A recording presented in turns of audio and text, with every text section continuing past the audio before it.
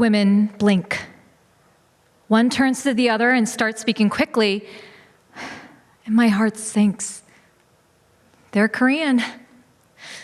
I know the Korean language when I hear it, but anything requiring comprehension is beyond my reach. I'm an imposter. I look Korean, but feel way too American for this conversation happening right in front of me.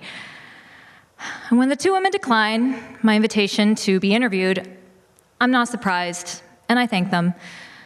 And as I turn to walk away, the foot that separates us feels like a mile. It's lunchtime, 2011. I relish any excuse to snap pictures of well-dressed people on campus. I work for the student newspaper at Purdue University as a fashion blogger with an average of 0 comments per post. Regardless of my extremely modest following, I still continue in pursuit of whatever fashion excellence Purdue has to offer. I spot my next 2 candidates. These 2 women look suspiciously Korean, like from Korea, Korean. They're a little older, more sophisticated. Next to them, I feel like what my mother likes to call a country koko, or chicken, which is my mom's charming way of calling me a bumpkin. So I circle around their table at least 3 times before I gather my nerve. And as I'm approaching, they notice me. How should I introduce myself? How do I say outfit? What if they aren't even Korean?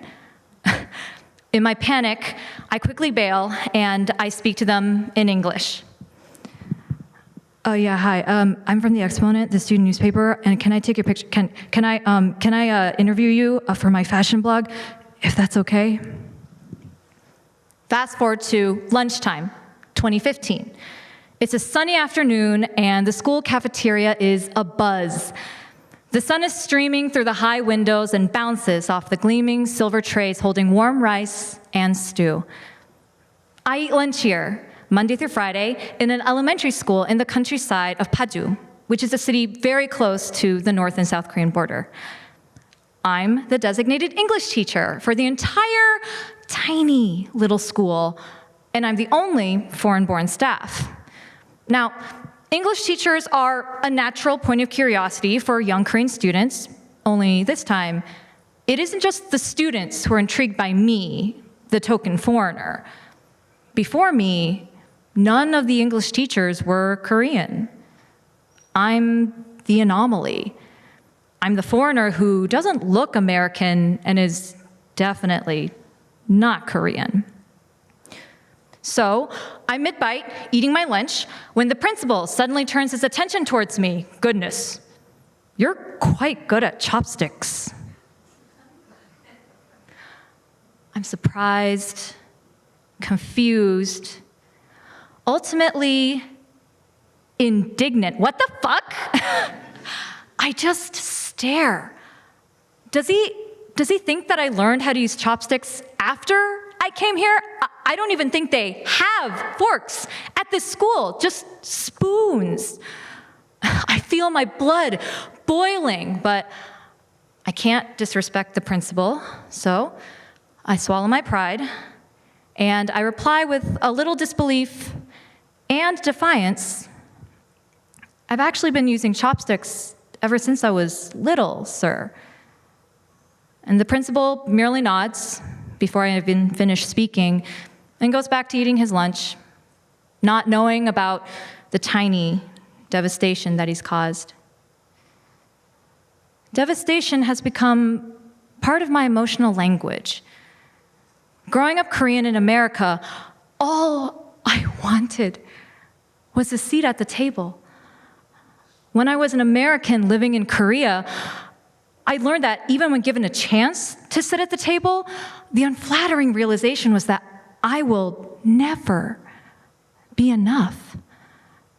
I thought my journey's purpose was to prove that I was somehow Korean enough. I thought living in Korea would sculpt me into a more assured identity by reconnecting with my roots. But what I've learned is that acceptance is trickiest when balanced on others' judgment. When I hang my identity on how you might perceive me, my self-worth wildly fluctuates. Each time my language or cultural understanding is called into question, my face burns with shame. And I feel even more shame when I don't understand. After living in both countries, I've noticed that little by little, something inside me is changing. I give myself permission to not know everything. I find refuge in communities whose experiences reflect mine. I continue to seek connections to my culture, but this time, doing it for myself. Because belonging is not about seeking acceptance, but accepting myself for all of my limitations and strengths. As someone who grew up in America, lived in Korea, and then moved back to America, I've learned that they're right. I'm not Korean. I'm Korean American. Fraught, complicated, and magical. Thank you.